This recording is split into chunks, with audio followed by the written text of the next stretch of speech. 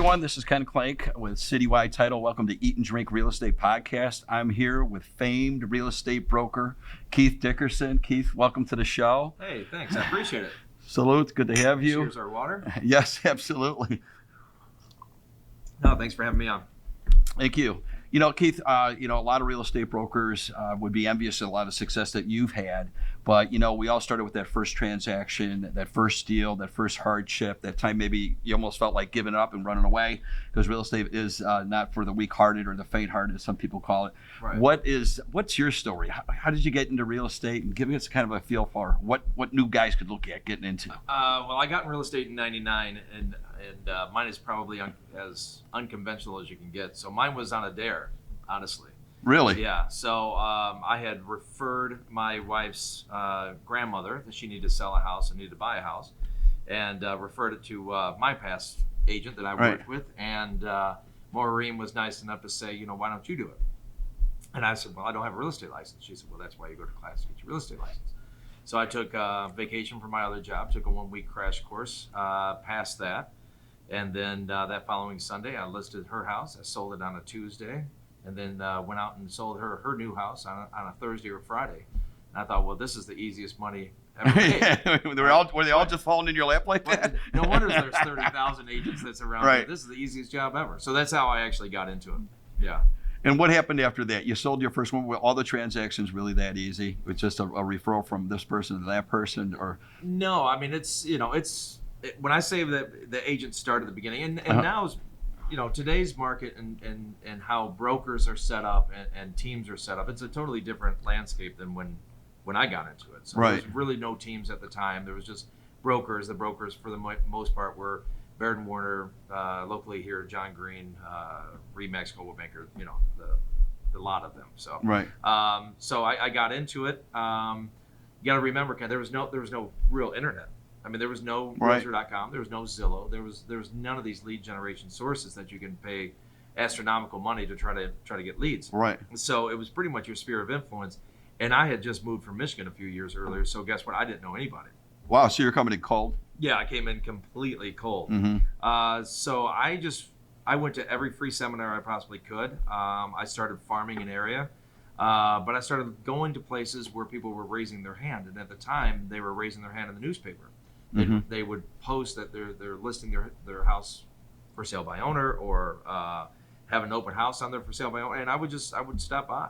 I would stop by the open house. I'd introduce myself. I'd try to give some sort of value of what I could do, and before long, my very first year with Remax, I was named the Midwest Rookie of the Year for Remax. So that's outstanding. And didn't know anybody. So and then when the rest of my peers was asking me how I'm getting all my business, I tried to tell them, but many didn't follow the same formula.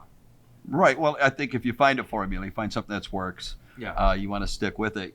And I see a difference. And obviously, I've been in the industry quite some time as well. And I've seen a lot of transition, especially with the technology, as you mentioned. I see a lot of agents that I speak with, they are very much technology dependent, or they're purchasing leads from various sources. Are you going along that path too? Are you using technology, or are you staying with your roots of, just, world-class salesmanship and going out knocking on doors and doing the things that most people find uncomfortable in the sales arena, right? Yeah, it's kind of D, all the above. So, I mean, you have to change with the climate that you're in. Okay. Yes, we do a lot of internet leads now. We do a lot of pay-per-click leads. What we found out is that on the buy side, where a lot of people say, no, we just want listings, is that 32% of the people that have to buy have to sell. So we get, those are kind of slam dunk listings for us. We're already working with them on the buy side. They typically don't go out and interview a bunch of agents since we're already working with them. So we do that. We do have a large set of referrals, not only within our industry. I would say in the past week, I've already gotten 4 referrals just from agents. I got a referral from an agent in Houston. I got a referral from an agent in the city, actually 2 in the city, and then 1 from Colorado. So it's important that people know who you are, within the industry. It's important that your clients know that you're still in business, because they forget about you fairly quickly.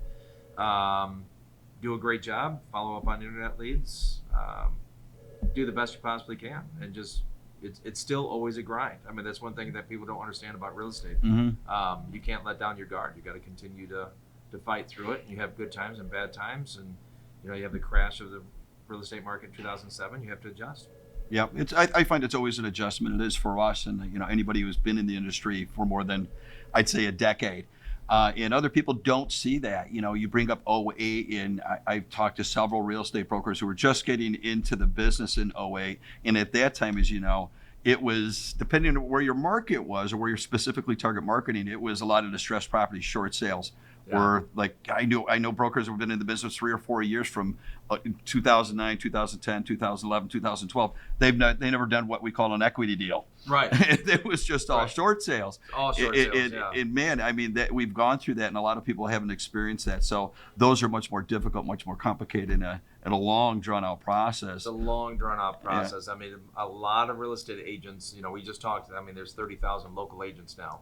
A lot of real estate agents by 2010, 2011 were out of it. They all had other jobs. Mm-hmm. One of the things that I'm proud of is that we didn't. We figured a way to adjust. I didn't ever sell less homes during those times, but they were half the price or even more than half the price less than what we were used to.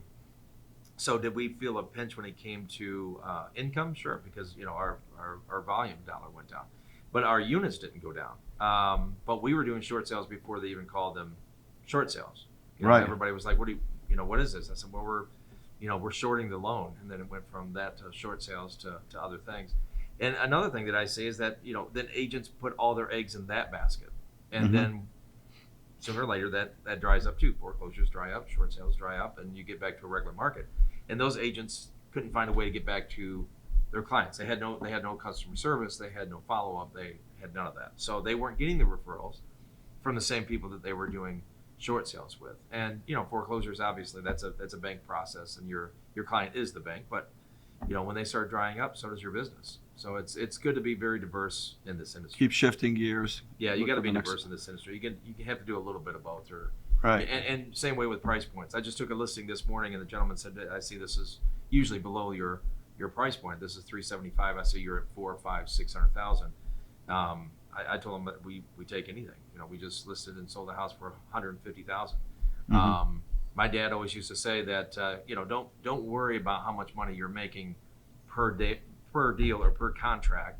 He said just do the job, do the best job you possibly can, and at the end of the month, add up your money and see where you're at. But don't base everything on money. And I've lived by that my whole career, and we just take them as they come. I think that's sound advice for everyone. Yeah. As we look at the market conditions right now, and I guess if you give us an idea, we're here in Naperville. This is your heart and home right here, and you've been here for many years. If I'm a seller, what am I going to experience? I'm going to meet with you. You're going to tell me some things. What are you going to educate me as to what I should experience? I've never sold a home before. I have some fears. I have some concerns. Right. And so I'm thinking I'm putting myself in that first time selling my home shoes, and I'm feeling. I hear a lot of that. There's not a lot of inventory. Should I expect to get so much money more for my house than what it was worth a year ago? What's happening in the Naperville market right now? What should I expect as a home seller? Well, if you're a first-time home seller, you're in for a roller coaster. Really? Right now, I mean, it's you're going to get multiple offers. Typically, we have a very low inventory that's out there. But I do want to premise this by the fact that because everybody believes that anybody can sell your house in this market, what they don't understand is getting a contract, getting an offer, and signing off on it is the easy part.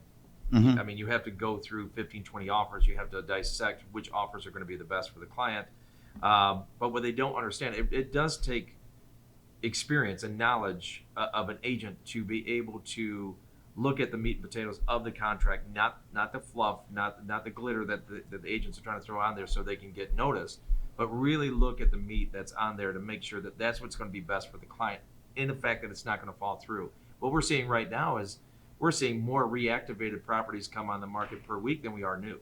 Okay. So what does that tell you? That tells you that the listing agent had put them under contract, but it fell through. How good is a house that's under contract if it doesn't close? Right, it's not a deal. It's not a deal. Zero. Right?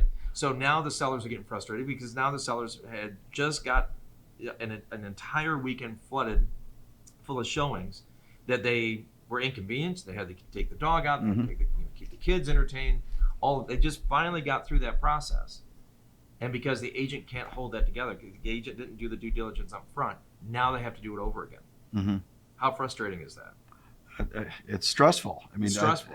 One of the most stressful things you can do is buy or sell real estate, right? Right. And if people say, well, you can just go to the other offer, the second, the third offer. A lot of those people that weekend, time it gets to the point where it's falling through, have already bought another house. So it is starting the process over again. Or at least the most qualified buyers have. Well, yeah. Right? What are you left with after, the best buyers, the best offers are gone down the street? Right, exactly. So, I mean, it's still very important to hire an experienced agent to list your house, for sure. And I mean, at no point in my career, other than the fact when the market tanked really bad, and the agents really had to know what they were doing, short sales and foreclosures, following up with the bank. At no other time is it more important to have an experienced agent now, on both sides. We're getting contracts right now from buyers agents on our listings that we just get the contract in the email. We never got a call. We never got a text. There was no communication. And then they call later and say, "What, we didn't get it?" Well, no, you didn't get it. There was no engagement between one agent and the other, right? Right. I mean, I didn't even know you had the offer. I mean, there's times where I've had 27 offers on a property, and they'll say, "Didn't you get my offer?" And I'm like, and I'm going through, and I'm like, "Oh, now I see it." Now you may say, "Well, as a listing agent, you should see all of them." But if you have 3 or 4 properties that weekend, and you're getting 15, 20, 22 offers on each single one, it's also the buyer's responsibility, the buyer's agent's responsibility to contact you and say, "Hey, listen," and their job to follow up because they're working for you on your behalf.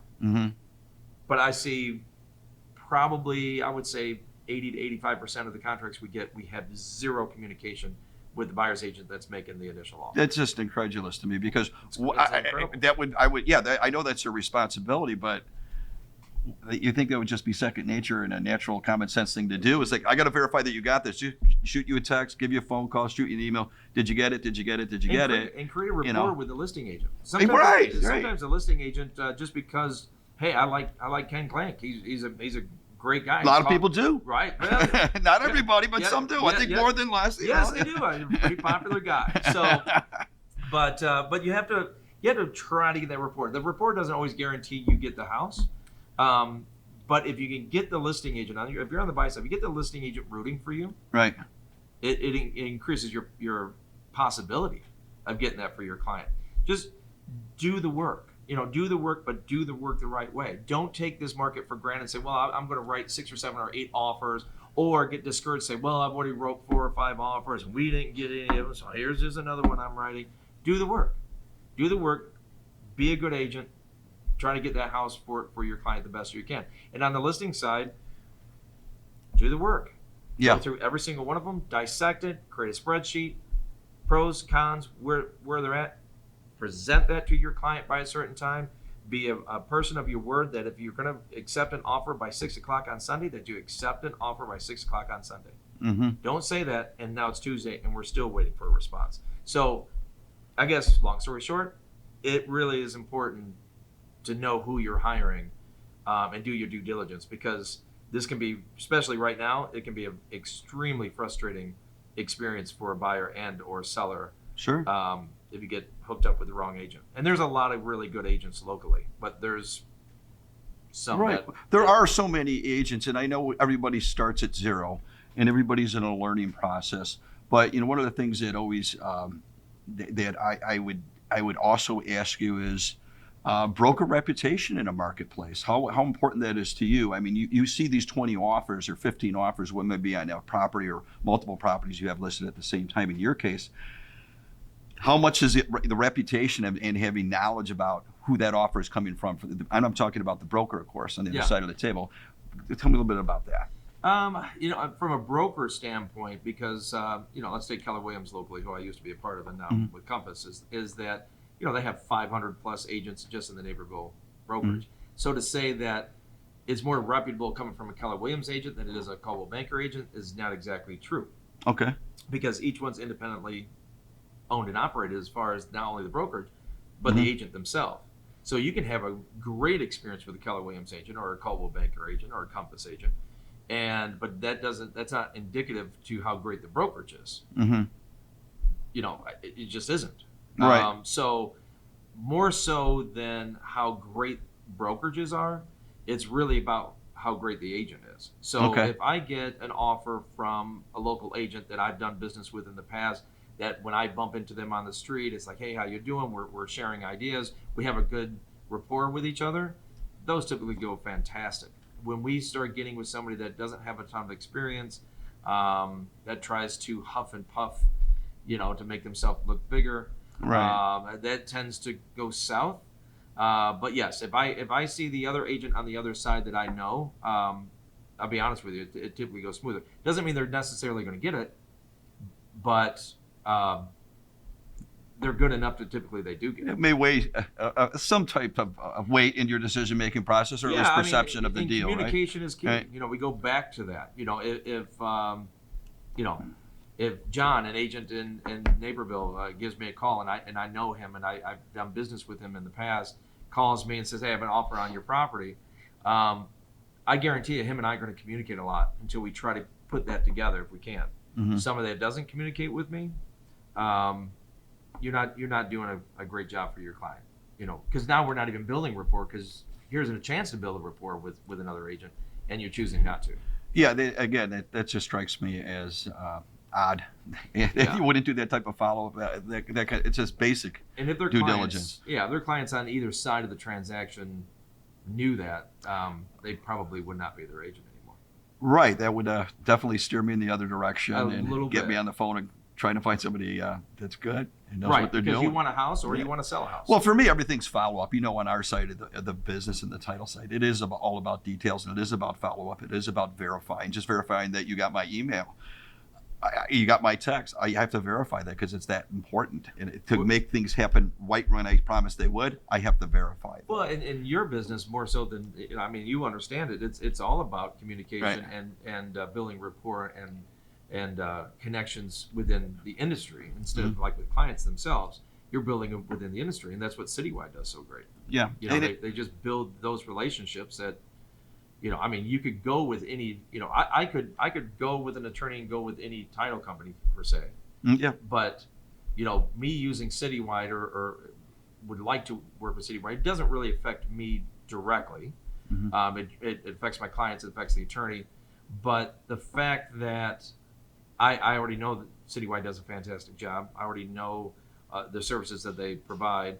But just having the friendships and the professionalism that I share with Citywide is all the difference for me. That's the main reason. So that's. And thank you for that glowing report. I think that's wonderful. That's good. So just you can do a GoFundMe and go fund Citywide. No, they're fine.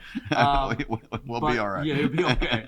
But no, it's like anything. You want to create that rapport with people within your industry, whether it be me with other agents that are referring me because I live here and they do not, or it's with your clients, or it's through lenders and title companies and others within the industry. And I think when you start getting a bad reputation, your career can go south real quick. Yeah, because conversely, if you are that agent that isn't returning calls or is just sending an email and hoping you got it and just basing it all on, well, everything just goes your way. Right. I don't think you want to be that person. And again, on my side, and I'll just briefly mention, we have different attorneys, and we know if there's a transaction that's going to be more complicated or by its nature is complicated.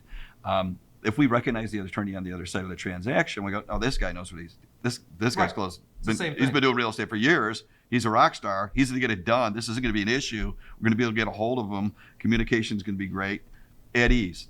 Yeah. It's going to go nice. It's exactly the same way in our industry. Another thing that I see a lot right now that I think that newer agents, or I would say agents within the last 5 to 7 years, when we're talking about brokerages, kind of taking it back to the brokerage aspect of it, I've had this theory, and that theory is kind of coming true as time goes on. But for newer agents that are struggling to get going, I think that more so than a brokerage, they should start looking at teams. And we talked about when I first got into this, there was no teams. It was do or die, right? It was just all on your own. But right now you have teams that are fronting all the calls for you. And Really? they're at, yeah. I Well, mean, how does the teams, how did you know, tell me your experience about, you obviously started as just you, Mhm. and then you transitioned to a team. What was that transition? What was that tipping point? You're like, I'm going to hire more people, which means you're obviously going to be giving up some of your income, some of your commission Yeah. to pay someone else. Sure. Yeah, a lot of it came out of the whole market crash, right? Right. I Yeah. felt as though that we're more protected in numbers Mm-hmm. together than we are individually. Mm-hmm. So what I wanted to do is create a team that we're all better in numbers. You know, my responsibility as a team leader and owner is generate those opportunities, those leads for them to follow up on it. It's also to train and mentor and answer any questions, and especially as you get into a market like this, like we said, you have to change, you have to Right. move with it, and with my experience, I can kind of show them how to do that. Agents that are kind of out there on their own, they believe, oh my gosh, I'm not going to pay that split. I'm going to only pay this split to Coldwell Banker, or this split to Keller Williams, or whatever it may be. But at the end of the day, the brokerages are not doing anything to provide you with opportunities, and this business is all about opportunities. I believe, I think if I had to do it all over again and I had to jump into this market how it is, I would probably come in and be on a team for about 4 years. I'd research the team, see what their numbers are, see what they provide, get a paid education for 4 years, learn it, and then probably go on my own. Unless I just found that this is going to be super conducive for me to stay. The problem is that with the promise of a team leader giving you leads, the misconception is that, you know, I'm going to be almost like the mama bird, where not only am I going to catch the worm, but I'm going to chew it up and I'm going to, spit it in your mouth, where that's not how it works. Here's the opportunity. You still have to go out and nurture their opportunity. You still need to make the phone calls back to them. These people have already raised their hands saying they want to buy or sell. Right. You need to be in front of them. You need to do your due diligence. And the problem is what we find is a lot of people that come onto a team, they literally want a slam dunk on a 5-foot net. That's Right. what they want. And Unrealistic. extremely unrealistic. Yeah. I've had people come on my team that have done extremely well and then went on to on their own. I've had other people come on to the team and not do well at all. But there is definitely a difference between what you see, the people that do very well to the people that don't do very well. And it really comes down to commitment. It's a job. They come in every day, they do the job, they ask questions, they're making their calls. You can see how many calls that they're making. You see the effort. When you don't see effort, you also don't see closings. And Right. And usually as a team leader, you're the one to blame for that at the end of the day. Well, you are. you are the head. Yeah, like what have you done for me? What did and then you look at it, it's like, well, we closed 145 transactions last year and you closed 2. Right. There's some contrast. There's a lot of contrast. Well, I think what really stuck out in what you just said to me is that, first of all, I know it's very, very difficult to get in any type of sales profession that is 100% straight commission and you're covering all your expenses and fees yourself. Right. It's a lot of pressure. I mean, I imagine that some people either have a part-time job or they've saved up enough nest egg that they're really going to go all in and put that type of effort that it really takes to really master a craft, like being a real estate professional. Right.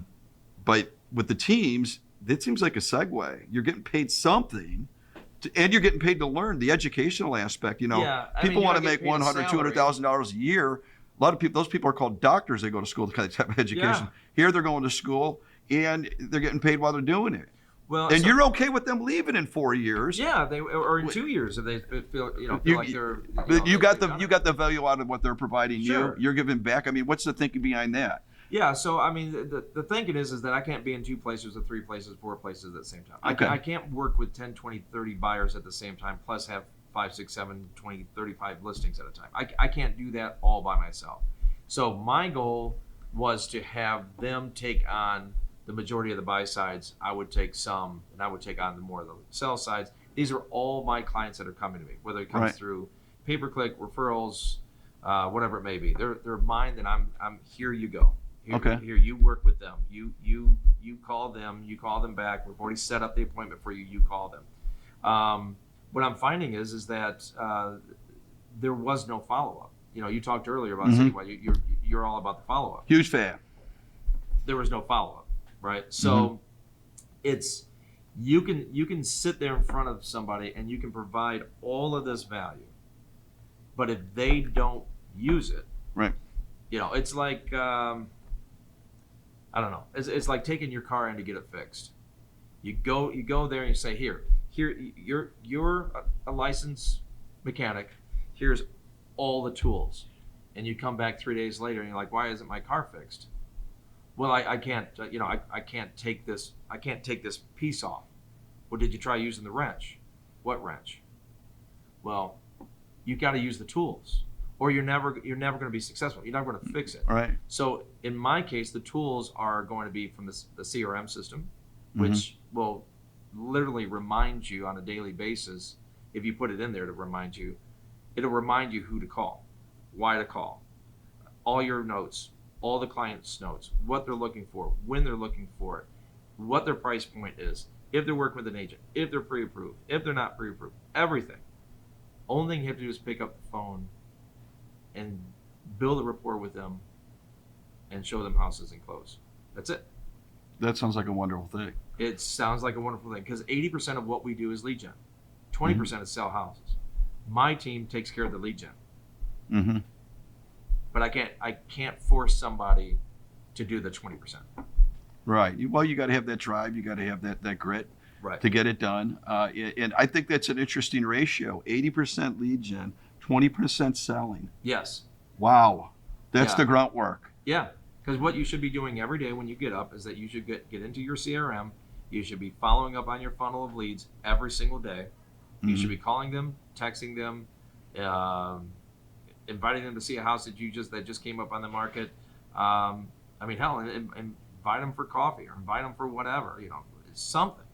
If you get so desperate, try to build a rapport and find out where they work and stop by work with like donuts and coffee or something. Say, hey, I was just in the neighborhood and I know that we're going to be working together. Here's the donuts. Something Right. to try to differentiate yourself from the other agents that's trying to take that business. Because somebody else is going to try to take that business. Absolutely guaranteed. But if you don't do that and you sit back just waiting for your phone to ring because you sent a text message 5 weeks ago, that's Right. not going to cut it. So to be a successful agent, whether it's independent or it's a team lead or an agent on a team, we all have to do the same things. It doesn't change for anybody just because you're a team leader or you're a top producer or you're a newbie. You have to do the same things every single day, every day. The discipline. The discipline of it. Yeah. And the reward is the 20%. That's the fun part. It's Yep. getting people, following you to a house, showing them a house, getting to know them, meeting the kids, hearing their story, selling them a house or listing their house and doing the same thing. That's the fun part.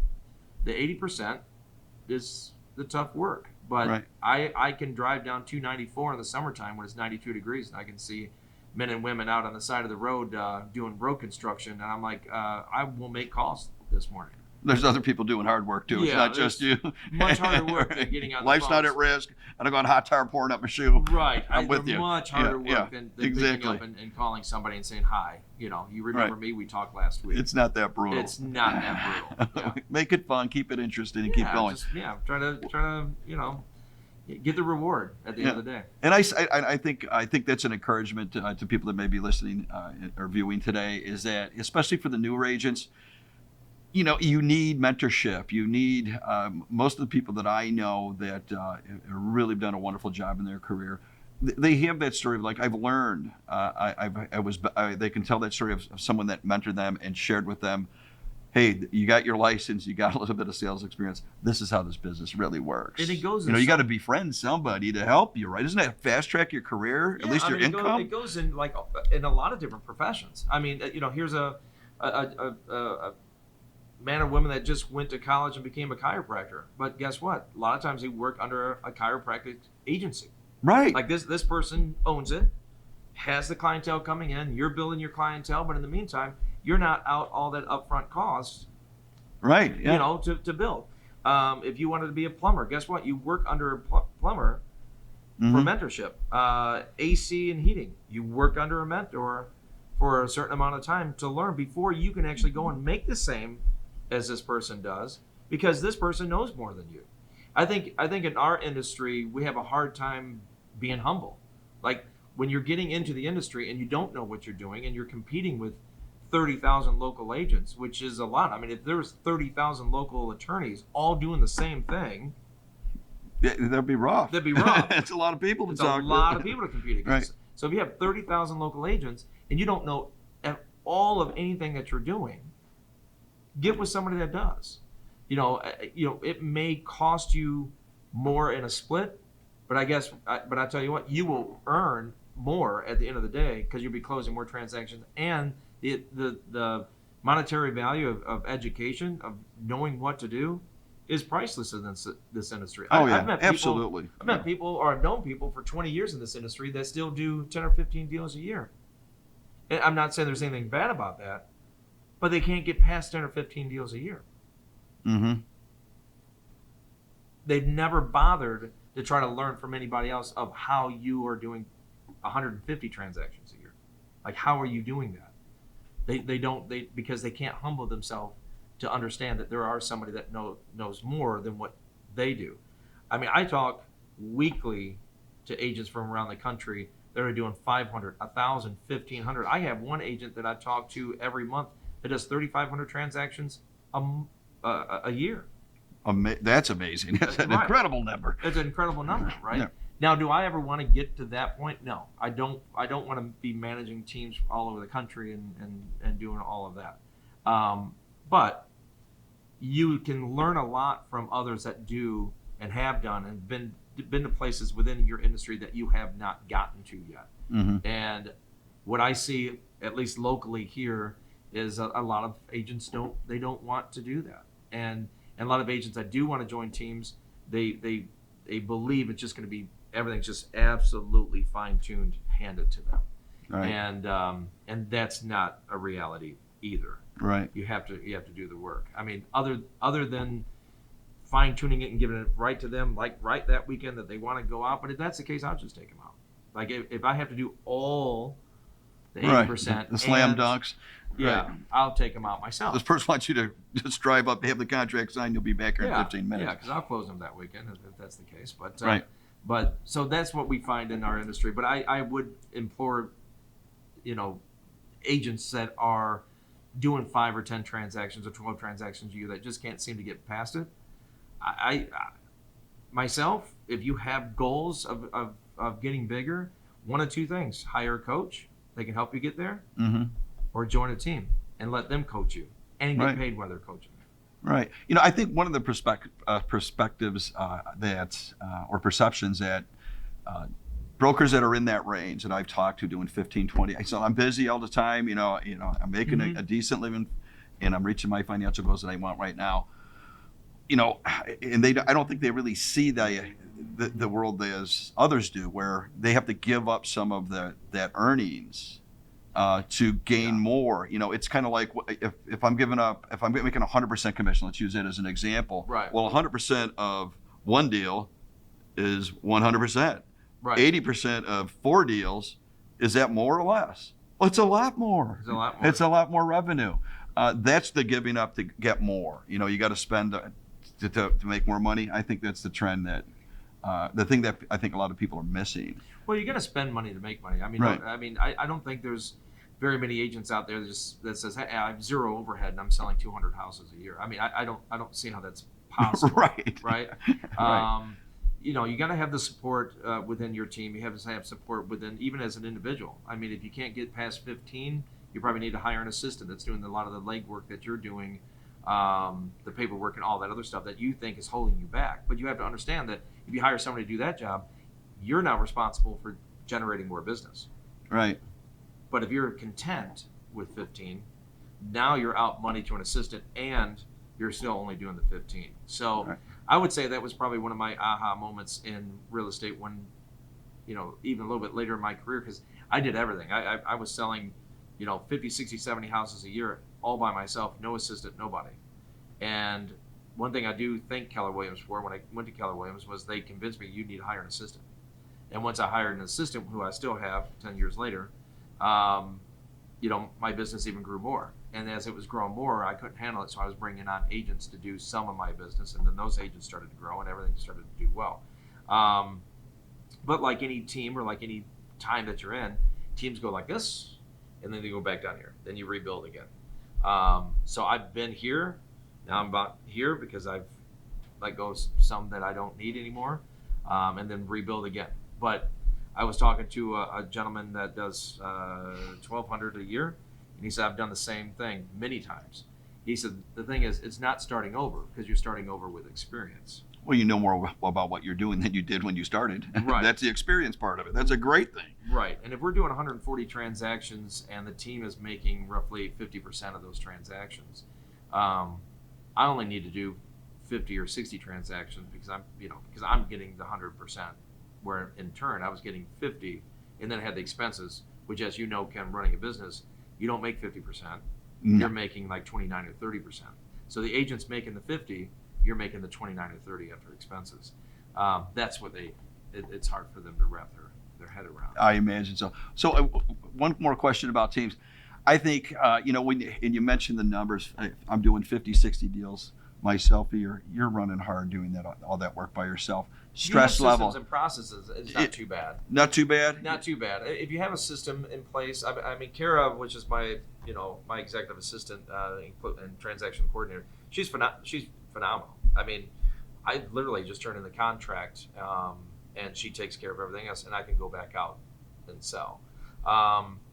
So it's not too bad. It depends on what's the majority of your transactions. If the majority of your transactions are listings, it's pretty easy. If the majority of your transactions are buyers, that's a grind because you're out all the time showing houses. So it depends on how your business is split up. But if you have it split up almost 50-50, it's not that bad. Not if you know what you're doing. Good. So less stress with the team or more stress with the team? Or it depend on the team? Yeah, I mean, less because we're all A-type personalities. We're all built with egos. Yeah. So you're managing not only the A-type personality, but you're managing the egos. And a lot of times it's damned if you do, damned if you don't. If the agent doesn't get to this level, they're like, well, I'm leaving the team because I'm not doing 25 transactions a year. Okay, well, there's some other reasons for that, but okay. Or if you get somebody to 40, 50, 60 transactions a year that came on your team doing 1.5 million when they first came on, and now they're doing 16 million, now I don't need you.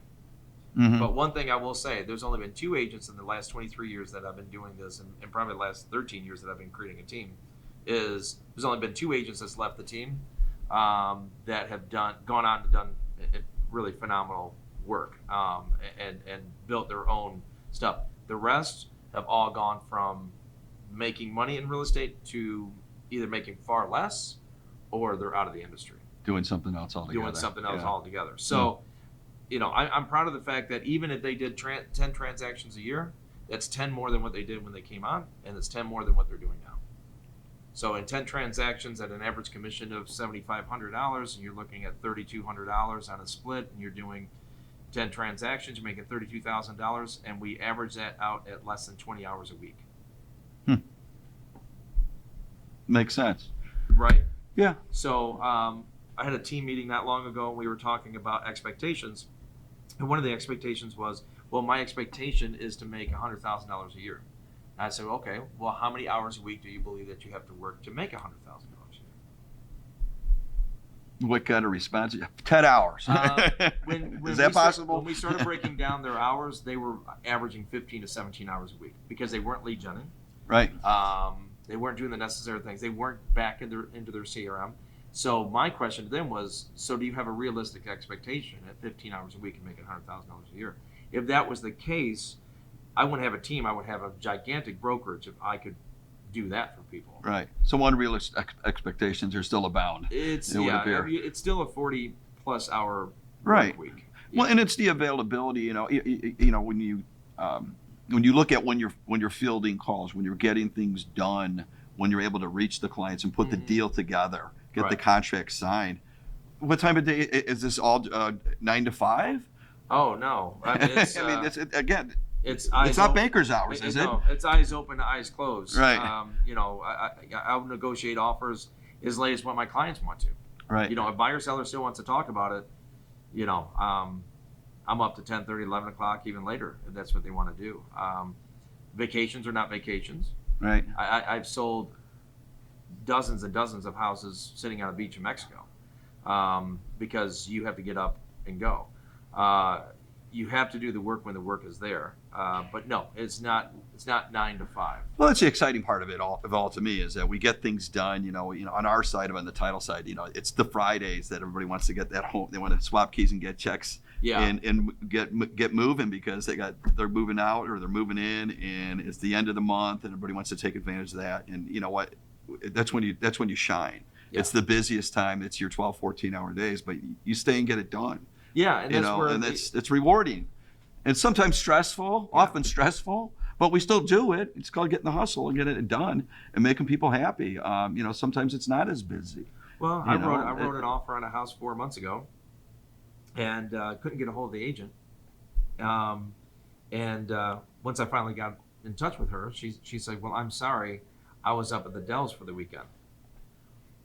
Well, I know that I wasn't the only offer that weekend because of how the market is. So I'm thinking, wow, you decided to go live with a listing on the slept on a vacation that you're gone, and you slept on 4 offers. And it's okay to go to the Dells. I mean, a beautiful place. You got to go to the Dells. The ducks and all that, yeah. All that. I mean, but you need to return calls, or at least have somebody handling those, or at the very least, right, on your voicemail say, "I will be back Sunday evening and returning all phone calls on Mondays with all offers and acceptances." Well, another great argument for an assistant too. I mean, if you're going to really want to grow, you can't have falls like that. That's a fall down. And no, I mean, you got to be pro. Even my assistant, she doesn't even work 9 to 5. I mean, she'll work her 8 hours, but there's times that I've called her at 7 o'clock and said, "Listen, I need your help. We need to send this over." Yeah. And she's like, "Yeah, I got you." Yeah, get it done, spirit. Yeah, you got to have it. Got to get it done.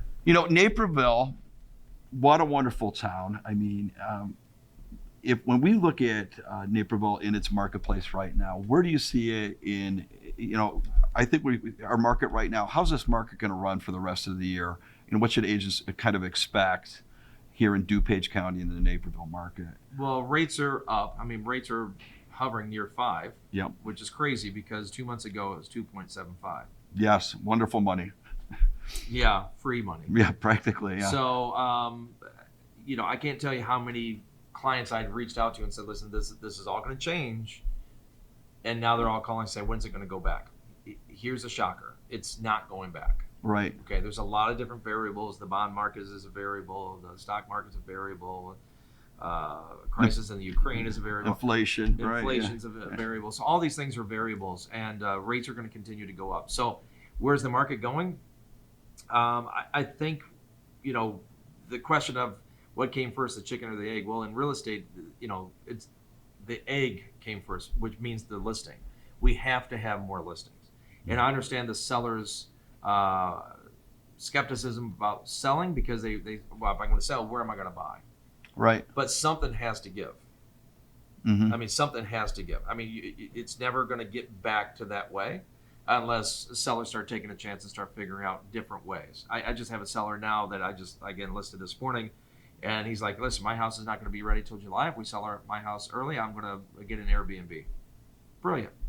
Wow. So that's because that was my next question. How do you consult with a seller that they're really on the fence? They could move or they could choose not to, but they like the idea of selling their house at a premium, but they still have to accept the fact, well, I'm buying a house at a premium as well. How do you really finesse that and really get them to see things in a clear way to move ahead? But sometimes there's inconveniences when it comes to making money. And if you're in a position as a seller to make a boatload of money on your house right now, which is going to be the most that we're going to see in the next 10 years. So for everybody to say, "Well, I'll just sell next year or 2 years from now," this is the peak of where we're at. Yeah, and real estate always goes in 10-year cycles.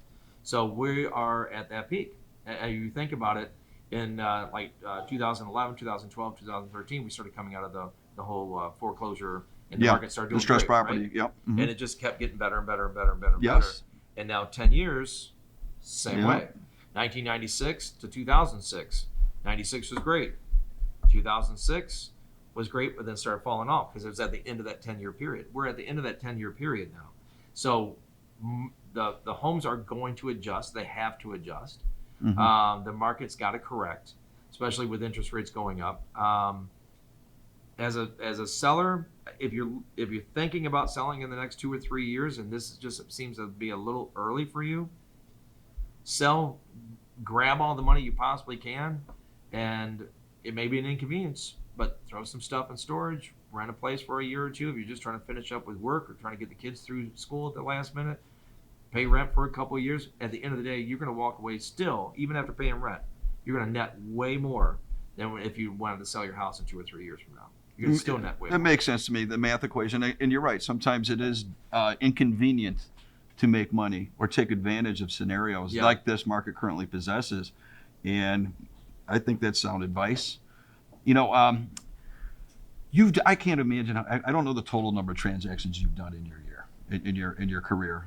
1999, it's quite a few. What is the craziest transaction you've ever been involved in?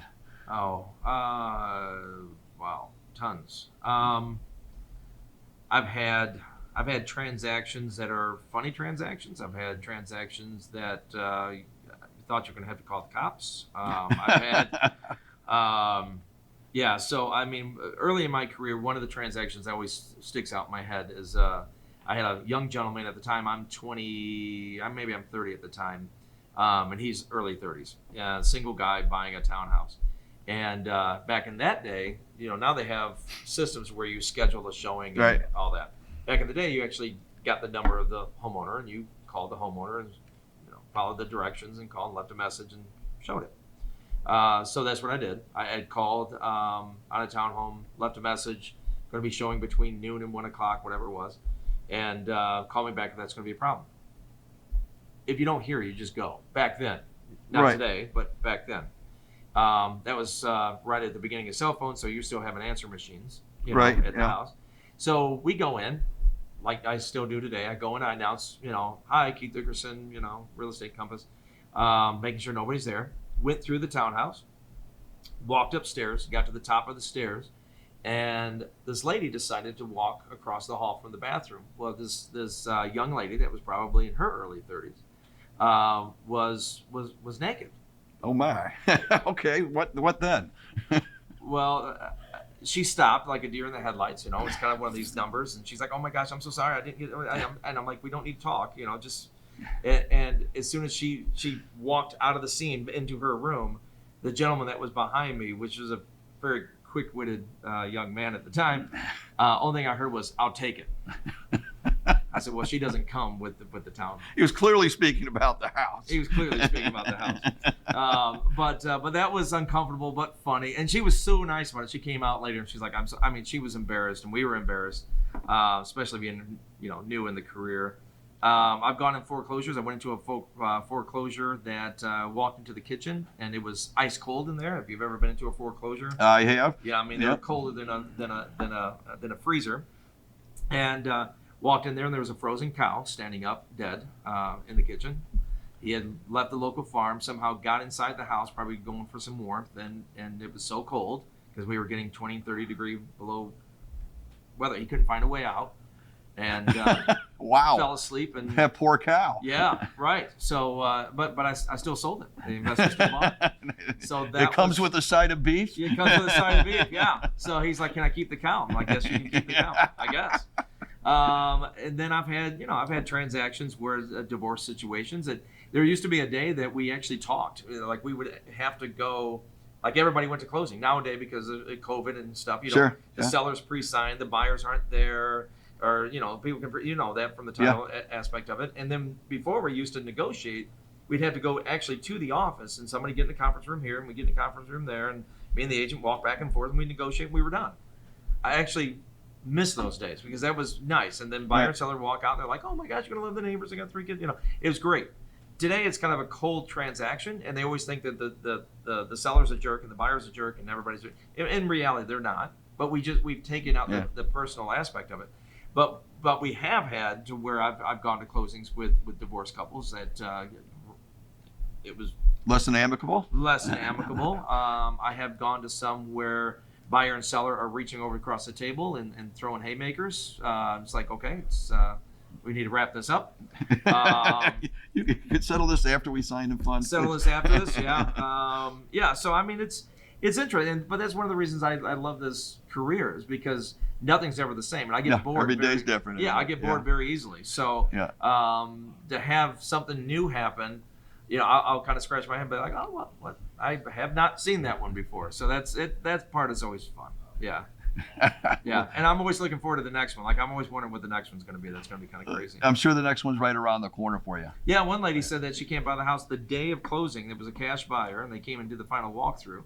Said she can't buy the house because she's got 2 little dogs. And I said, well, what's the problem with the 2 little dogs? She said, well, you have coyotes around here. And I said, well, yeah, there's coyotes around here. And she's like, I said, but you have a fence. I mean, you have a 6-foot fence. And she said, yeah, but coyotes can fly. What? And I said, they can fly? They can fly? She said, well, not fly, but like flying squirrels. When they jump, she said they can coast, and then they come in your yard. They do the same and jump out. I said, Oh, the flying coyote squirrel. Yeah. Coyote. Yeah. Okay. Like they have the little wings where they kind of glide, And I was like, no, they don't. But she got so upset that she did not close. They lost their $20,000 earnest money because she was afraid her dogs would be taken by the flying coyotes. Yes, of Naperville. Of Naperville, the because famed flying coyotes. Yeah, because they're out there. They are out there, but we have 160,000 people here. It's pretty loaded. Oh, Yeah. Those are good stories. Yeah. Well, Keith, I want to thank you for coming out to eat and drink real estate.